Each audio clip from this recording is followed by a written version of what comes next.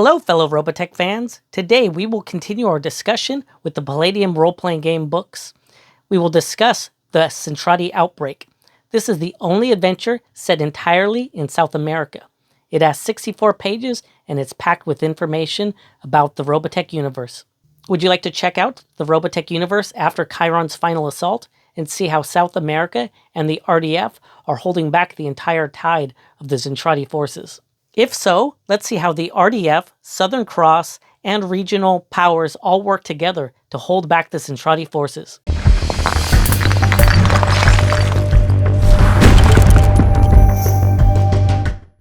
In the final episode of Robotech, Chiron and Azonia set their resistance in the dense Amazon. They did manage to destroy the SDF-1. This is where the series ends, but the book starts up. It takes place 3 years after this attack. The Earth was ravaged by war even before the SDF-1 crashed to Earth, but during the war, the Zentraedi bombarded the Earth from orbit and most of its cities were destroyed or heavily damaged.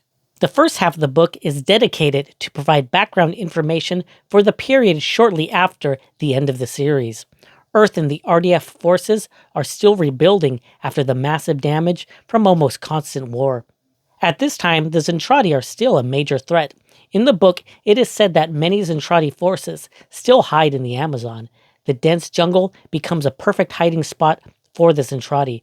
More and more alien forces move into the area, and the area becomes a fortress of Mecca. With more and more alien soldiers amassing, the area becomes known as the Zentraedi-controlled area. Estimates are that there's at least 150,000 Zentraedi soldiers, or there could be more, and they are in a well-defensible area. And to make matters worse, the Earth is still rebuilding its forces. The first half of the book is meant to flesh out the combatants around the Zentraedi-controlled area. The book says that there's 3 large areas that surround this area.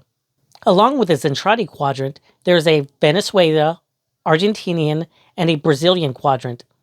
The Venezuelan and the Brazilian section are relatively small, only about a page. But the book discusses the different regions in the area and the population. They also discuss their forces and military leaders. Argentina definitely gets more attention. The book talks about each area more in detail. They also describe that there are still 3 pockets of resistance in the area. This is the only quadrant that has a sustained Zentraedi activity outside the control area. What I think is really cool is that the armies of the Southern Cross are also in the area. They have prototypes of the Logan and then the hover tank. I think the smaller size of these mecha would actually handle better, especially in this area. The book did say that hover motorcycles are very popular. I think it would make a great adventure to have VF-style Vertex, Southern Cross mecha, and local armies all defending the area from Zentraedi attack. The Earth Force's main objective is containing the Zentraedi.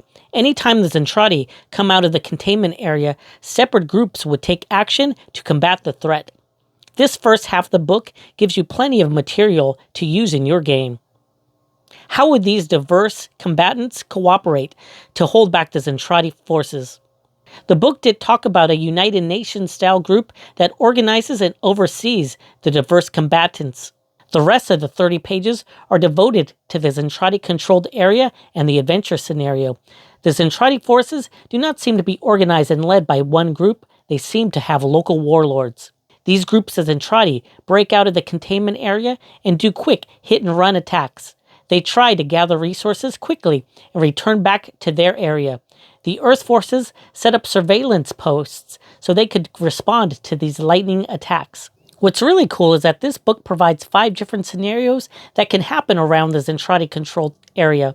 Most of the scenarios are simplistic, like hit-and-run raids, but one fun scenario I liked was about a group of 50 Zentraedi punks. They really don't like humans much, but that doesn't mean they work with the Zentraedi either. They are complete anarchists. They call themselves the Madmen. It is said that they are intoxicated. They use these chemicals for bravery for their escapades. They leave the containment area to cause minor damage like vandalism. Then they run back to the Zentraedi-controlled area to avoid a pitched battle. The main reason for me to purchase the book was the adventure scenario. The last 20 pages are devoted to the scenario called Zentraedi Breakout. I'm not going to go too in-depth about this adventure since I want you to find a copy and run it for yourself. The setup isn't too surprising. The Zentraedi attack on multiple spots, and the Earth defenders are quickly being overrun, but your group needs to hold the line so reinforcements can arrive. The battle is important because both sides want to control a nearby Robotech research station that can build and outfit mecha. There is a pretty cool plot twist, but I am not going to go over it. There are two sections that I thought were pretty underwhelming. I've always said that new mecha was my favorite section, but this book does not have any new mecha, and I thought that was pretty lame. It did have some new equipment though, but I think it would have been cooler to have a mecha from each South American faction. Another area that I would have liked a larger page count were in the random tables. What they did have were kind of simplistic, and I really didn't find them useful. Many of them were too similar, and really were nothing out of the ordinary. One area I truly enjoyed was in the artwork. Robotech RPG generally had really cool art. They showed mecha in different positions or actions that's different than the animation. Some books even used concept art from the animation itself. I bought many Robotech books because of this great art. I was not disappointed from the artwork from Zentraedi Breakout. They did have a few older cut-and-paste pictures, but there are many, many new ones. The cover looks amazing. I think I bought this book because of the cover. I loved how the male power armor was running through the jungle. This would make a really cool figure. The interior art was equally well done. It was more detailed than previous drawings, and to me they showed much more emotion. I loved how it showed mecha from across and Southern Cross in the jungle setting. Thanks everyone for watching my overview of Zentraedi Breakout. If you made it this far, please give me a like. It would really help out the channel. And if you didn't like what you saw, I still appreciate your time. Let me know in the comments if you played this adventure and how did it go. And if you didn't play it, how does it sound now? I think I only have 2 Gen 1 Palladium Robotech books left. So if you'd like to show support for the channel, please make sure you're subscribed. And I'll see everybody on the next adventure.